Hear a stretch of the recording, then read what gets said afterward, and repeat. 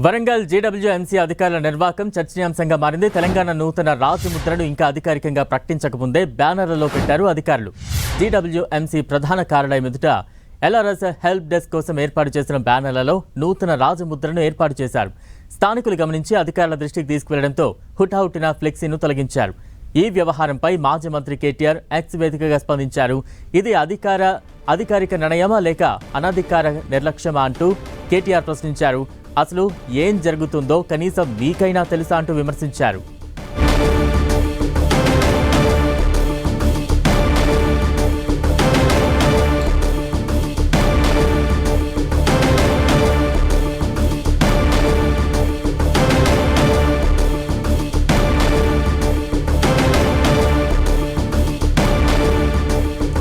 Warangal GWMC అధికారుల నిర్వాహకం వెలుగు చూసింది. ఇంకా ఆమోదించని తెలంగాణ రాజముద్రతో బ్యానర్లో అక్కడ వెలిసిన సందర్భాన్ని మనం చూడొచ్చు. అధికారుల తీరు చూసి నివ్వెరపోయారు జనం. తాజా అప్డేట్స్ అందించేందుకు మా ప్రతినిధి కేకే సిద్ధంగా ఉన్నారు. కేకే,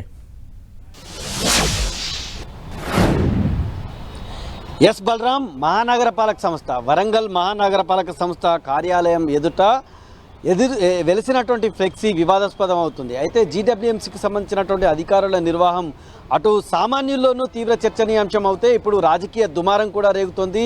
మొత్తం అటు అంటే ఆ ప్రభుత్వానికి తెలియకుండా అధికారులు తెలంగాణ రాష్ట్ర రాజముద్ర లోపల మార్పులు చేసి ఫ్లెక్సీ జీడబ్ల్యూఎంసీకి సంబంధించినటువంటి ప్రధాన గేట్ ముందు ఉంచడం అనేటువంటిది ఇటు తీవ్రమైనటువంటి చర్చ జరుగుతుంది. రాజకీయ వర్గాల్లో కావచ్చు, అటు సామాన్య ప్రజలు మాత్రం జీడబ్ల్యూఎంసీకి సంబంధించిన అధికారుల తీరును తీవ్రంగా నిరసిస్తున్నటువంటి పరిస్థితి.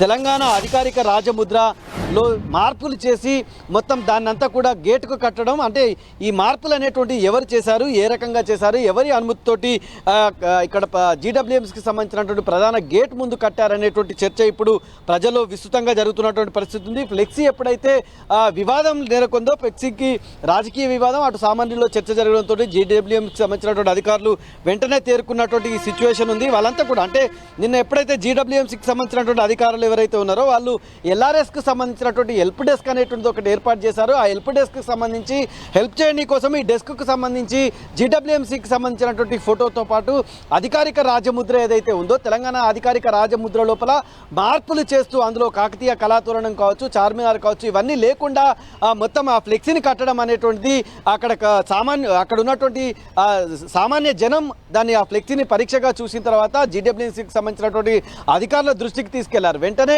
ఉన్నతాధికారులు అక్కడ ఉన్నటువంటి అందుబాటులో ఉన్నటువంటి అధికారులు స్పందించి ఆ ఫ్లెక్సీని తొలగించినప్పటికీ కూడా ఇది అధికారికంగా ఉన్నటువంటి అధికారిక కార్యాలయం పైన ఎట్లా ఈ రకమైనటువంటి ఫ్లెక్సీ పెడతారనేటువంటిది ప్రజలు ఒకంత నిలదీసేటువంటి ప్రయత్నం చేశారు. ఎవరికి తెలిసింది, ఏ రకమైనటువంటి అడ్మినిస్ట్రేషన్ ఉన్నదనేటువంటి చర్చ జరగడం, అక్కడ ఉన్నటువంటి స్థానికులు కూడా నిలదీయడంతో మొత్తం అధికారులు వెంటనే తేరుకొని ఆ ఫ్లెక్సీని తొలగించినప్పటికీ కూడా కనీసం తెలంగాణ రాజముద్ర అనేటువంటి ఆలోచన కూడా లేకుండా మొత్తం అధికార వర్గాలు అనేటువంటి ఏ రకంగా నిర్ణయాలు తీసుకుంటారు, ఎంతో గాలివాటం నిర్ణయాలతోటి ఏ రకంగా పెడతారనేటువంటిది ఇప్పుడు చర్చ జరుగుతున్నటువంటి పరిస్థితి ఉంది. దీనివైపు వరంగల్లో ఈ రకమైనటువంటి చర్చ జరుగుతున్నటువంటి క్రమం లోపలనే బీఆర్ఎస్కు సంబంధించినటువంటి వర్కింగ్ ప్రెసిడెంట్గా ఉన్నటువంటి కేటీఆర్, సిరిసిల్ల ఎమ్మెల్యే కేటీఆర్ తీవ్రంగా స్పందించారు. ఎక్స్ వేదికగా ఆయన ప్రభుత్వాన్ని, అదేవిధంగా ప్రభుత్వ ప్రధాన కార్యదర్శి పైన కొన్ని ప్రశ్నల వర్షం అయితే కురిపించినటువంటి పరిస్థితి ఉంది. ఇది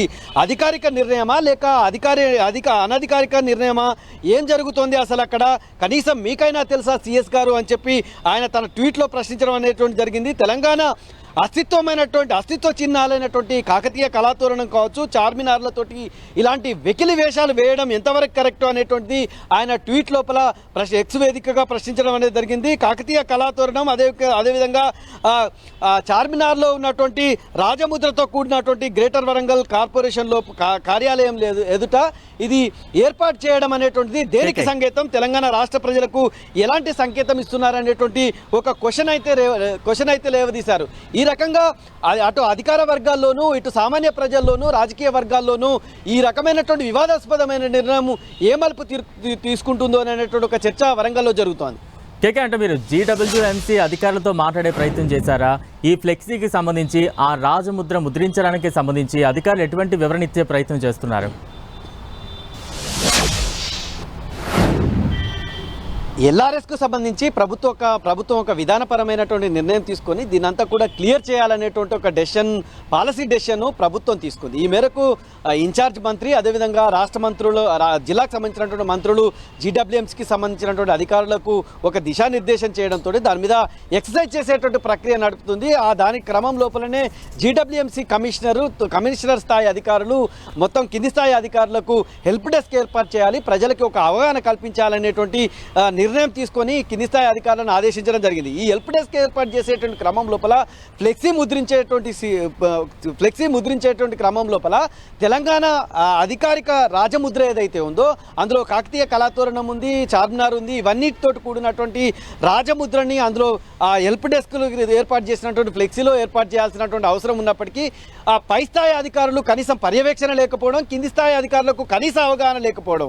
అంటే ఇంత ముందుకు అక్కడే వాళ్ళ చేతిలో అందుబాటులో ఉన్నటువంటి అసలు వాళ్ళ సిస్టంలోకి కావచ్చు, వాళ్ళు తయారు చేసేటువంటి అధికారికమైనటువంటి ఆఫీస్ సిస్టంలోకి ఈ రాజముద్ర ఎలా వచ్చింది, కనీసం పెట్టే ముందు అది చూసుకోకుండా క్రాస్ చెక్ చేసుకోకుండా పెట్టడం అనేటువంటిది జరిగింది. అంటే మొత్తం జీడబ్ల్యూఎంసీకి సంబంధించినటువంటి కమిషనర్ నుంచి మొదలుకుంటే ఈ ఫ్లెక్సీ ఎగ్జిక్యూట్ చేసినటువంటి సిబ్బంది వరకు కూడా నిండు నిర్లక్ష్యం కనపడుతుంది. ప్రభుత్వ ప్రమేయము ప్రభుత్వ అధికారుల ఆదేశాలను కనీసం అర్థం చేసుకోకుండా పర్యవేక్షణ అనేటువంటి గాలికి వదిలేశారు జీడబ్ల్యూఎంసీ అధికారులు అనేటువంటి ఈ ఫ్లెక్సీ ఏర్పాటు వివాదం అనేటువంటి స్పష్టం చేస్తోంది. Thank you KK.